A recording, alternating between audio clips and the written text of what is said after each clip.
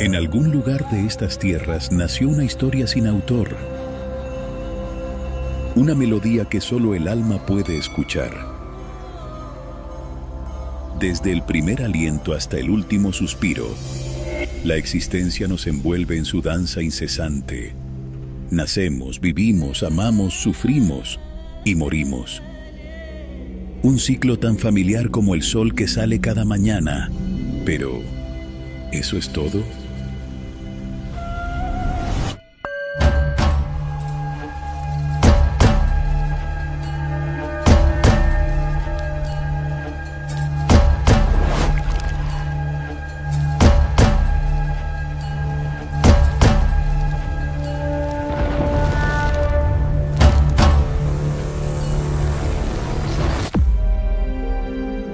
Cuando alguien pierde a un ser querido, solemos decir, ya está en un lugar mejor. Pero, ¿y si no es así? A lo largo del tiempo se ha hablado de lo maravilloso y también de lo atormentador que puede ser vivir. Pero hay algo que une estos extremos y que no cambia, sin importar la época ni la cultura. Y es el miedo universal a la incertidumbre de lo que ocurre cuando, al final, cerramos los ojos para siempre.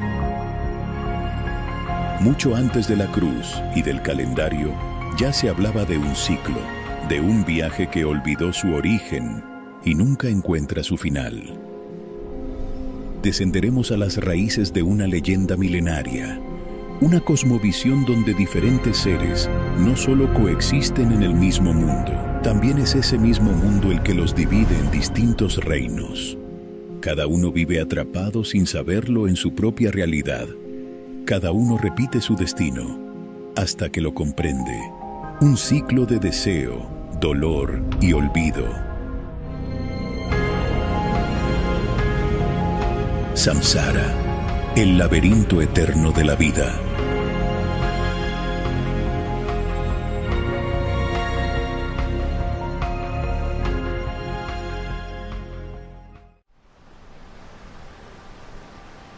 Para algunos, la vida es un ciclo del que hay que escapar. Para otros, algo que debe mejorarse. Pero en ambos caminos, lo que no se transforma, se repite. En el corazón de estas visiones, yace una misma idea, que no vemos el mundo como es, sino como somos, que la realidad está cubierta por un velo que se conocía como el Maya. Una ilusión que distorsiona la realidad. Este velo no oculta el mundo, oculta nuestra propia mente. Y mientras esa visión siga distorsionada, la realidad continuará siendo un laberinto. Así comienza esta historia, entre quienes buscaban el orden en el mundo a través del ritual, el pueblo de los brahmanes, y quienes buscaban liberarse del mundo por completo, los Shramanas. En el norte del subcontinente indio, hacia el 1500 a.C., surgía una visión del mundo regida por el orden y el deber. Sus guardianes eran los brahmanes, una casta sacerdotal guiada por los Vedas, himnos sagrados transmitidos oralmente de generación en generación. Para ellos, la vida era única, y su propósito era cumplir con los rituales para mantener el orden cósmico. No se trataba de escapar de la vida, sino de vivirla correctamente para asegurar, tras la muerte, un lugar en el reino de los dioses. La idea de un ciclo interminable de renacimientos aún no existía. Pero en los márgenes, algo empezó a cambiar.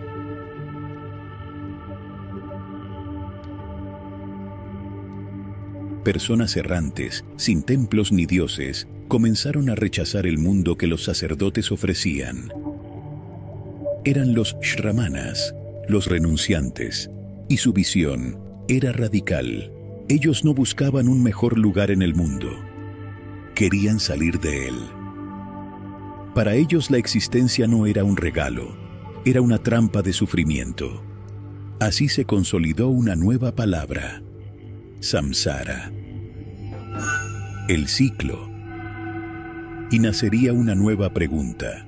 Si todo cambia, ¿por qué el sufrimiento se repite en este ciclo sin fin?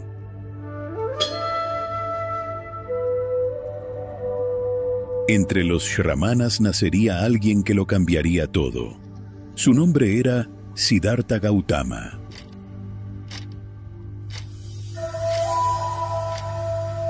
Un príncipe que, tras confrontar el sufrimiento del mundo, abandonó su palacio para buscar respuestas.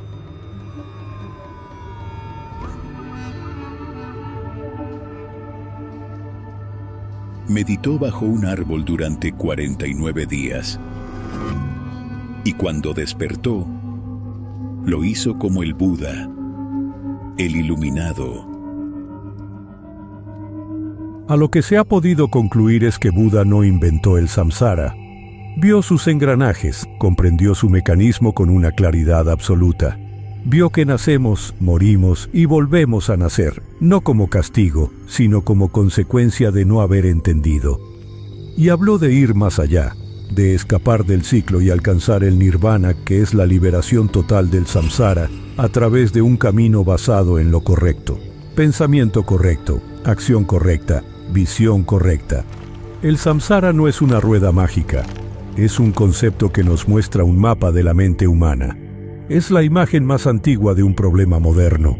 Vivir atrapados en patrones, en deseos, en miedos, y creer que eso es todo lo que hay. Es muy interesante observar cómo la cosmovisión de esta y otras culturas alrededor del mundo presentan paralelismos, similitudes, con las etapas evolutivas del ser humano y sus creencias.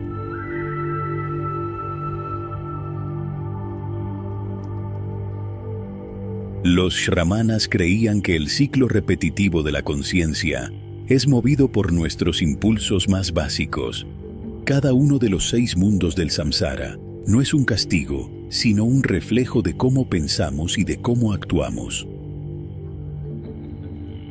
Buda no habló de cielos ni de castigos, habló de un despertar, romper un ciclo, primero en la vida terrenal y después en el más allá. En el centro de esa rueda, no hay monstruos ni jueces. Hay 3 fuerzas que la mantienen girando. La serpiente, que es el odio y la aversión.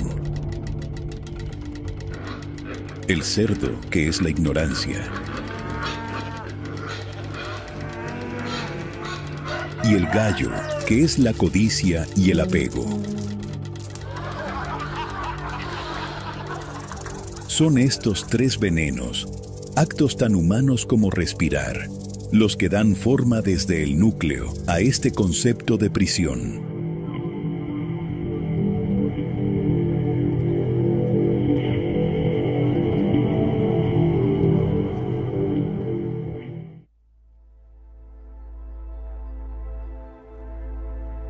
Hay un lugar donde nadie sabe lo que es fallar, donde las manos no tocan la tierra y los pies nunca pisan frío.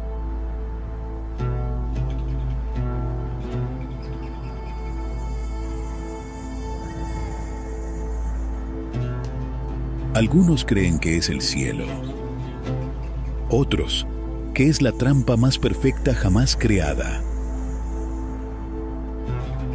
¿Qué pasa cuando todo está al alcance de un capricho? En el reino de los devas, lo que a otros les costaría una vida entera conseguir, en este mundo se obtiene con solo desearlo. El problema de los recursos no existe, porque cuando nunca has sentido hambre, cuando nunca has sido rechazado, cuando nunca has perdido, ¿cómo puedes comprender a quienes sí? Ya quiero ver a la esposa que me dará mi padre. Los devas no sufren como los demás. Pueden ver el sufrimiento, pero no lo entienden. No lo tocan, no los toca. Y si no lo entiendes, no puedes ayudar, aunque tengas el poder para hacerlo. En este reino la indiferencia no es malicia, es ceguera nacida del privilegio. Una ceguera suave, dorada, que se disfraza de paz, pero es olvido. Son seres bañados en luz, pero esa luz, a veces, ciega más de lo que ilumina. Desde su mundo perfecto no conocen el esfuerzo, y al no conocerlo, tampoco conocen la humildad. Creen que son dioses, intocables, y que todo lo que hacen está bien, simplemente porque lo hacen ellos. Pero lo que parece eterno también puede romperse, porque su poder es tan frágil como el cristal. No está cimentado en la resiliencia, sino en el azar de haber nacido arriba. Y cuando la rueda gira, cuando la fortuna cambia, pueden caer tan hondo como aquellos a quienes ignoraron, sin saber cómo levantarse, porque no aprendieron a perder, porque nunca aprendieron a empezar de nuevo. La soberbia es su máscara, y la ilusión su condena. Mientras celebran en la cima del mundo, no ven que el ciclo también gira para ellos, y lo que no se transforma, se repite, incluso para los que parecen tenerlo todo.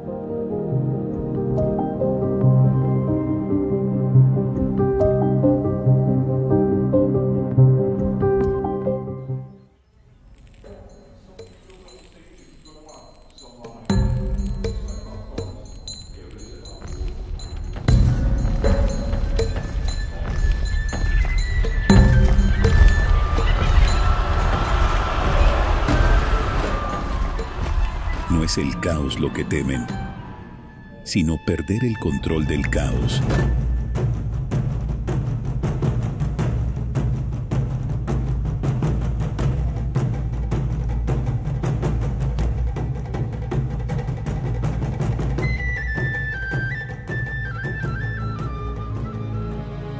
En el reino de los asuras, el poder nunca permanece en las mismas manos.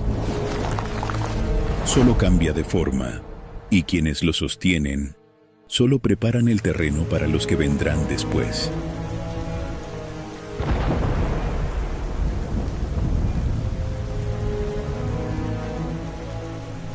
Dejan tras de sí legados de destrucción, ideas tan penetrantes que atraviesan siglos, generaciones y civilizaciones. Ideologías que se clavan como cuchillas en el alma de todos los reinos, hasta que el ciclo del poder se apaga. A veces toma décadas, otras cientos o miles de años, pero el resultado siempre es el mismo. Los seres que habitan el reino de los asuras poseen la mejor tecnología y conocimientos ocultos que para otros reinos serían inimaginables.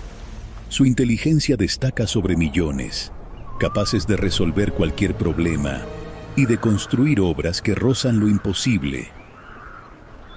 Hacen pactos con lo prohibido. No buscan riqueza, buscan dominio. Y el dominio no se gana, se arranca. En su afán por aplastar cualquier obstáculo, dejan caminos anchos y bien pavimentados para que generaciones enteras lo sigan sin cuestionar. Creen dirigir el mundo, pero en realidad son parte de un juego más grande.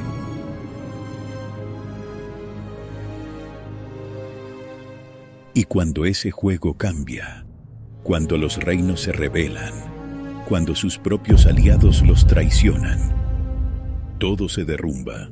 Su obsesión por evitar la caída a cualquier costo termina por condenarlos, y su debilidad es tan grande como su soberbia.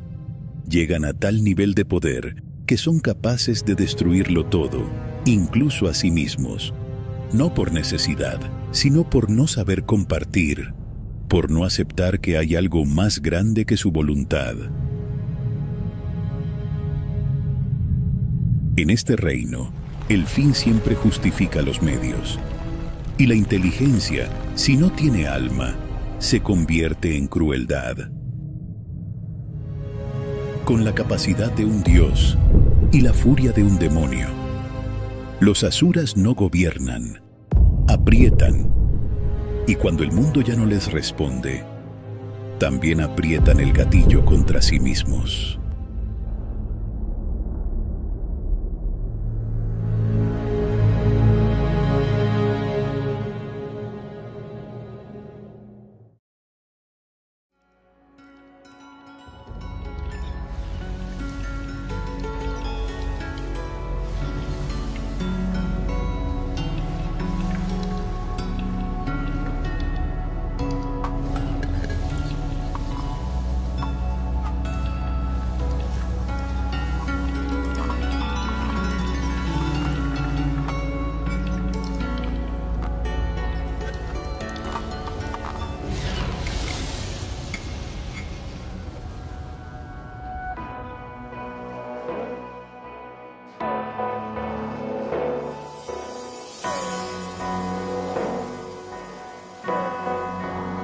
Aquí habitan los Tiryak-Yoni, los nacidos mirando hacia el suelo, con la cabeza inclinada y el espíritu domado por la costumbre. No es una prisión si nadie intenta escapar.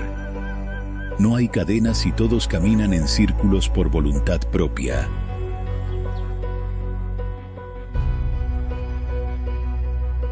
El reino animal está hecho de rutinas, de obediencia, de miedo al cambio.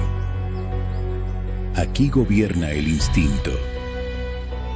La necesidad reemplaza al deseo y la supervivencia se convierte en propósito.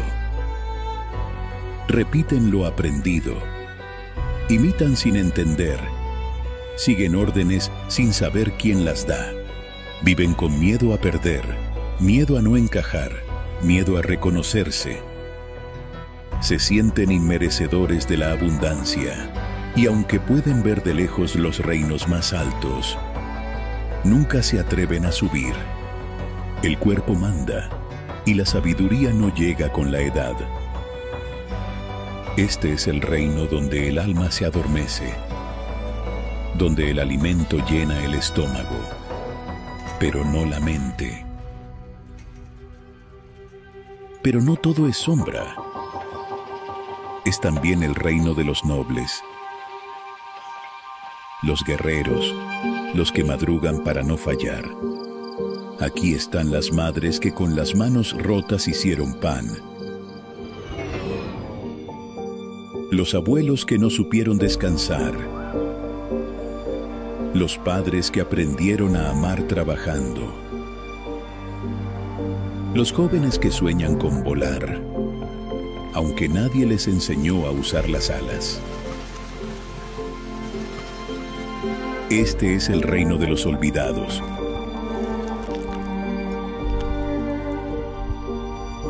Pero también de los que sostienen el mundo sin saberlo. Tienen fuego en el pecho, un impulso profundo por cambiar las cosas. Pero su visión está entrenada para mirar solo a través de un agujero en la pared. Y cuando el dolor es constante, las adicciones se convierten en refugio, una forma de escapar por unos segundos de una vida que nunca se cuestionó. Y ese ciclo pasa de generación en generación, como una herencia sin nombre. Y aún así ayudan, aún así aman, porque conocen el hambre y no quieren que otro lo viva. Tiryak-Yoni no es un castigo, es un espejo, una verdad horizontal que un día también puede aprender a mirar hacia el cielo.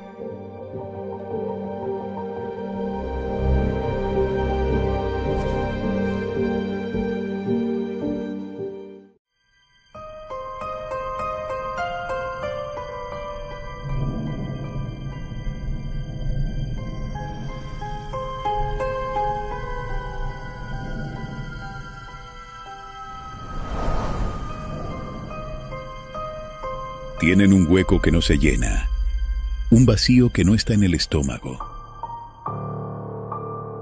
sino en el alma.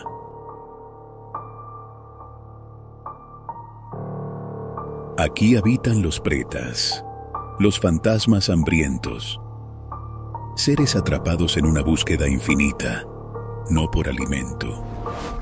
Desean la casa que no habitan, desean el aplauso que no escuchan, desean el amor que no sienten, desean tenerlo todo, porque el deseo es un ciclo que no se detiene. Van por el mundo coleccionando cosas, etiquetas, aplausos, cuerpos, apariencias, pero cada objeto que poseen, al final, los posee a ellos. Cada sorbo de reconocimiento es agua salada. Todo lo que acumulan les da más sed, una sed que no se apaga y por dentro les arde. Su vacío no lo llena nada, el reconocimiento El lujo ni las conquistas son suficientes. Son capaces de traicionar hasta su propia sangre con tal de conseguir lo que desean o simplemente para que otros no lo tengan. Se alimentan de admiración, de miradas, acompañado de deseo ajeno. Su identidad se construye en los ojos del otro.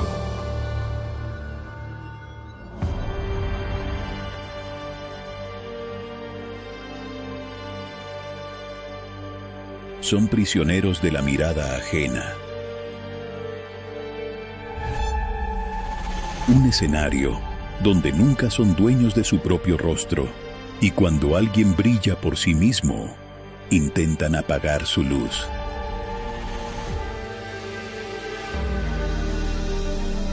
Les embriaga de éxtasis ser el centro. Quieren controlar todo. Lo que se ve, lo que se dice, lo que sienten los otros. Incluso a quienes aman.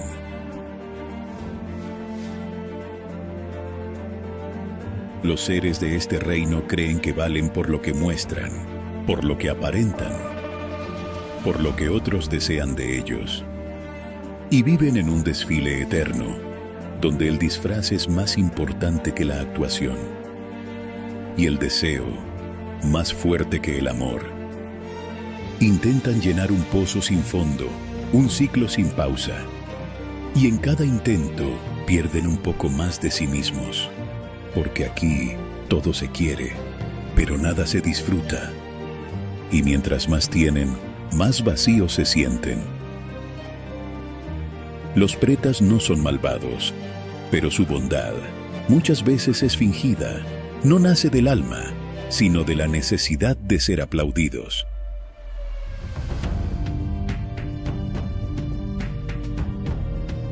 Pero incluso aquí, una chispa puede volverse fuego, porque el vacío puede ser un espacio para construir. Y la mirada que solo sabe comparar y envidiar, un día puede aprender a observar y a buscar su propia luz dentro de sí misma.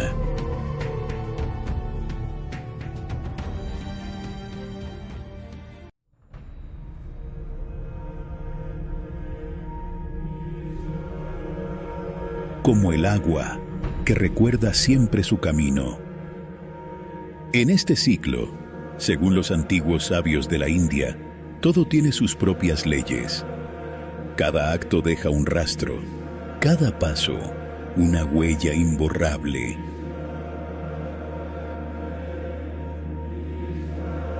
El karma no persigue, acompaña, es la memoria del alma. Una enseñanza que a veces se disfraza de caída. El Dharma no es una obligación, es dirección. Un llamado que guía incluso cuando todo parece caos.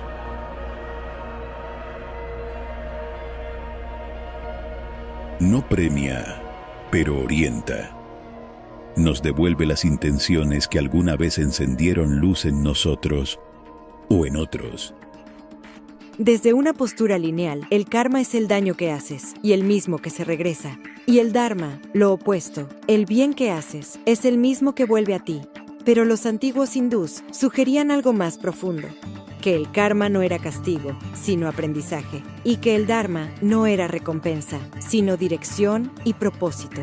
En esta incesante lucha por escapar del samsara, es esa parte del alma que recuerda quién es. Incluso cuando el manto del olvido nos toca al nacer. No actúan como freno, pero sin duda mantienen un orden cósmico, y ese orden se dibuja con tal precisión a lo largo del tiempo que nos hace preguntar si existe una conciencia superior, más allá del tiempo, detrás de este fascinante fragmento de la historia.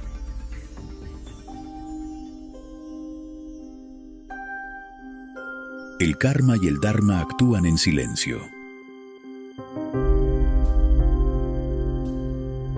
Son invisibles en todos los reinos.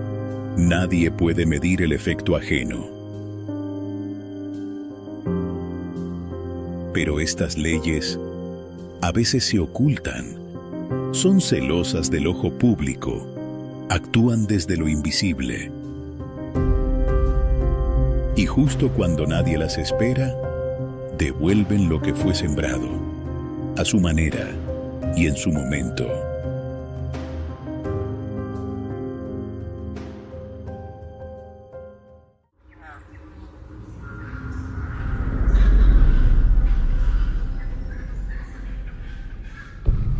Aquí no hay condenas eternas, pero sí sufrimientos que parecen no terminar.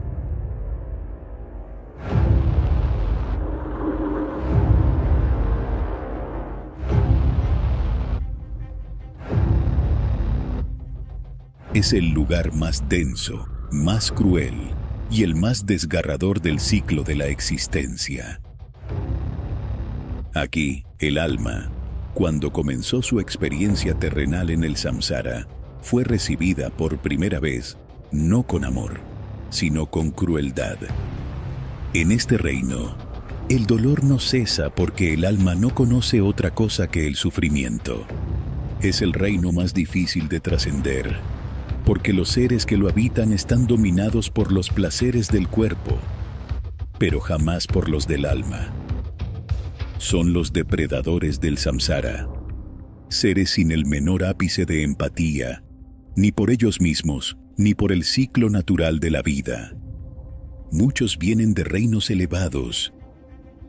Lo tuvieron todo, pero fueron atraídos por la rabia y el exceso, sin saber que caminaban hacia su propia condena.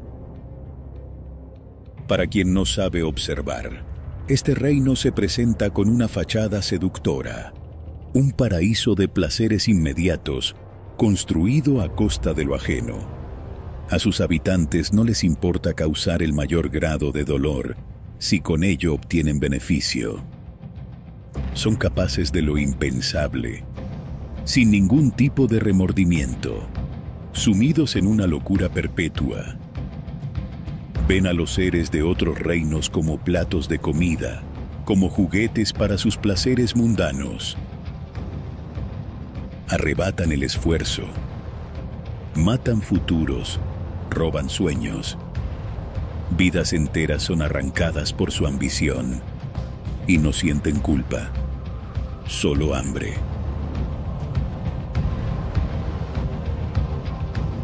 Narak no es eterno, es un purgatorio sin relojes, un abismo profundo que algún día puede ser cruzado. Pero para salir de este reino, primero hay que mirar de frente el daño. Porque aquí, el infierno no está hecho de llamas, está hecho de incomprensión, de rechazo profundo, de odios acumulados, de crueldad incesante. Pero cuando un alma logra liberarse de este ciclo, se escucha en todos los reinos. Porque ha visto el lado más cruel y desolador de la existencia. Lo único que le queda por descubrir es el amor.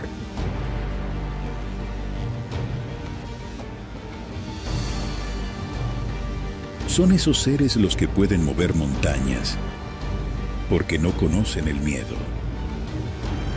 Y pueden convertirse en los precursores de un cambio sin precedentes para todos los seres que habitan el Naraka.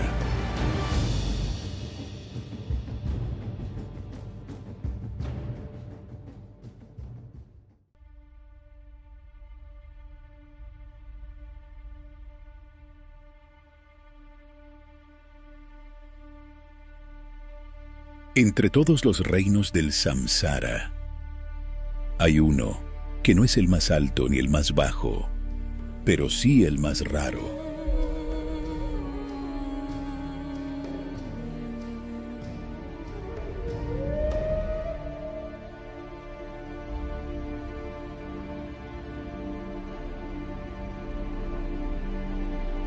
El reino humano, el reino de los Manusia.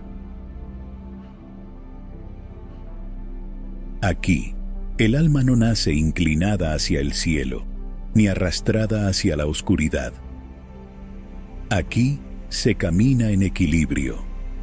Aquí se nace con dolor, sí, pero también con la capacidad de abrazarlo y cambiarlo. Los humanos no son los más fuertes, ni los más sabios, ni los más puros. Pero son los únicos que pueden preguntarse: ¿quién soy? ¿Por qué sufro? ¿Y cómo puedo dejar de hacerlo?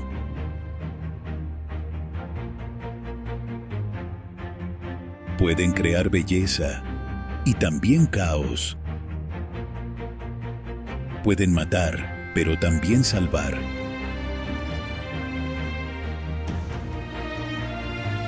Tienen libre albedrío, y esa libertad los hace peligrosos o sagrados.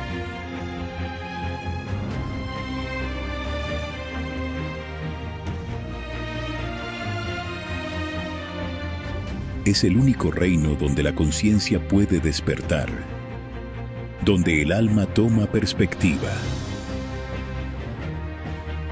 Aquí se puede transformar y ascender a los reinos más altos, habiendo comprendido la conciencia que falta en los animales, el esfuerzo frente al privilegio de los celestiales, la admiración sincera que los guerreros cambian por rivalidad, la bondad que los envidiosos olvidaron entre su vacío, y el amor que el infierno sepultó bajo el odio.